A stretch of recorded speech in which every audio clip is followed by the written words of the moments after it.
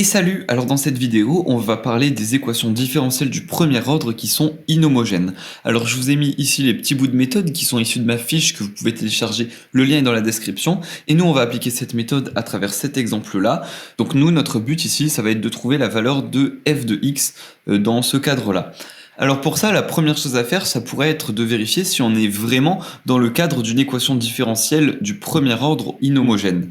Alors, est-ce que cette équation différentielle est du premier ordre? Regardez, dans l'équation, on a la fonction et sa dérivée première, donc c'est bien une équation différentielle du premier ordre. Et est-ce que cette équation différentielle est inhomogène? Alors pour ça, il faut la mettre sous la bonne forme, et il faut regarder le terme de droite. Alors regardez, une équation différentielle sous la bonne forme, elle est sous la forme f' plus af. Et là, on voit bien qu'on a quelque chose sous la forme, il y a quelque chose fois f' plus f, donc vous voyez que là, ce petit truc ici, il n'est pas bon. Donc il va falloir, comme dans la vidéo précédente d'ailleurs, diviser toute l'équation par 2x.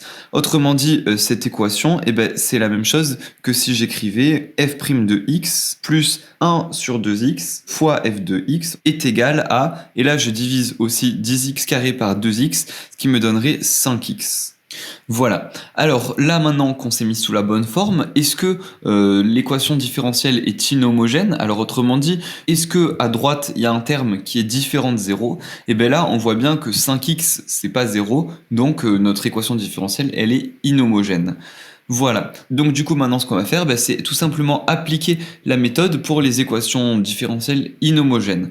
Alors dans un premier temps, il faut se souvenir que la formule générale d'une équation différentielle, c'est celle-ci. Alors je vais vous la marquer en dessous, donc c'est f de x égale fg de x plus fp de x, comme ceci. Alors dans une vidéo précédente, on avait montré que fg de x, qui est la solution générale, ça valait lambda sur racine de x, donc on va pas le refaire dans cette vidéo. Par contre, nous, dans cette vidéo, on va chercher la solution particulière, cette fois-ci, de notre équation. Alors la solution particulière, comment on fait pour la chercher? Il nous suffit simplement d'appliquer cette méthode. Alors je vais rajouter un petit détail dans l'énoncé, c'est que je vais aussi dire que la solution particulière, elle est sous la forme ax carré. Du coup, là, je vous dis que ça, c'est égal à quelque chose sous la forme ax carré, et du coup, il nous suffit juste de trouver la valeur de a.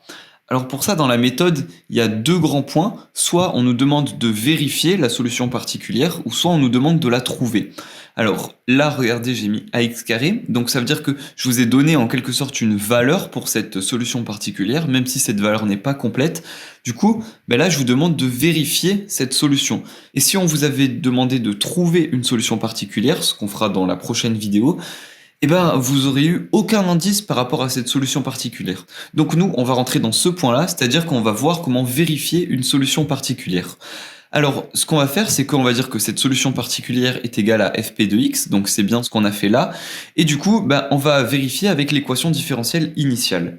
Alors, pour ça, ça vous paraît un petit peu compliqué, mais en fait, ça l'est pas trop. En gros, dans un premier temps, je vais peut-être recopier ce que j'avais écrit. Donc là, on cherche la solution particulière.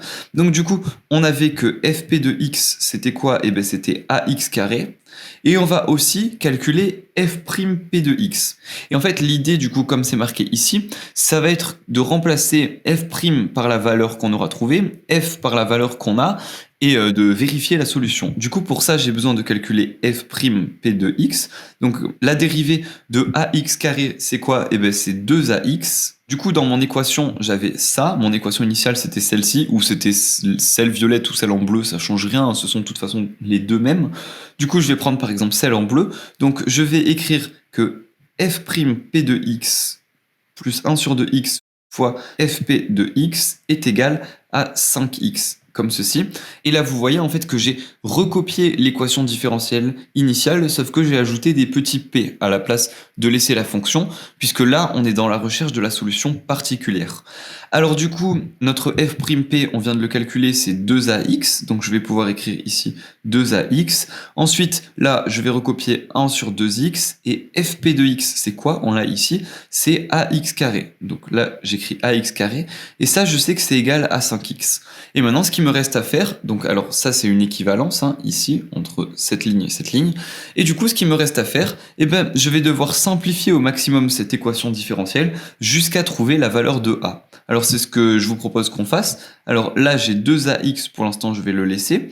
Ensuite j'ai 1 sur 2x, et là j'ai fois ax carré, donc regardez, en haut et en bas j'ai x, donc je vais pouvoir supprimer le x du bas et le carré du haut. Du coup là c'est comme si j'avais 1 demi de ax, comme ceci, et là je sais que c'est égal à 5x.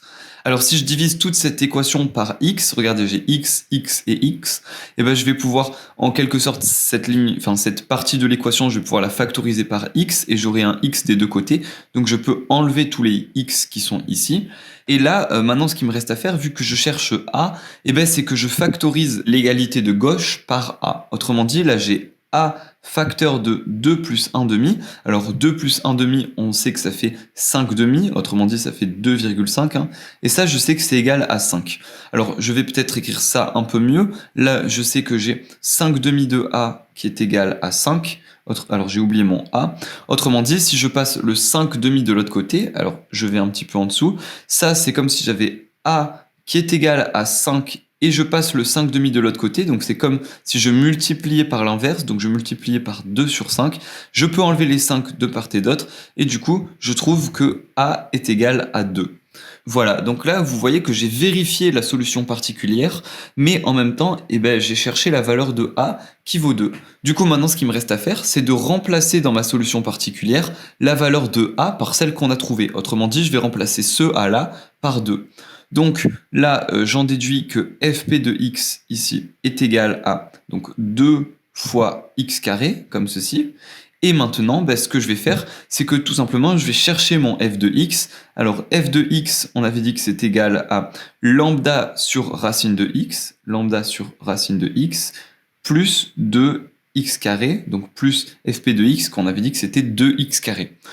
Et ben voilà, en fait on a fini, on vient de trouver la solution particulière qui était celle-ci, et vu qu'on a trouvé la solution particulière, on a pu trouver la fonction f, donc qui était celle recherchée. Autrement dit, si je dérive cette fonction f là, et que je fais 2x fois cette dérivée plus cette fonction, et ben j'aurai toujours 10x carré. Voilà, donc j'espère à travers cette vidéo que vous aurez bien compris comment trouver la solution particulière d'une équation différentielle du premier ordre inhomogène. Si c'est le cas, vous pouvez lâcher un petit like, ça fait super plaisir. Si vous avez des questions ou quoi, comme d'habitude, vous pouvez les laisser dans les commentaires. Et nous, on se retrouve dans la prochaine vidéo, cette fois-ci, pour voir comment trouver cette solution particulière. Du coup, à tout de suite.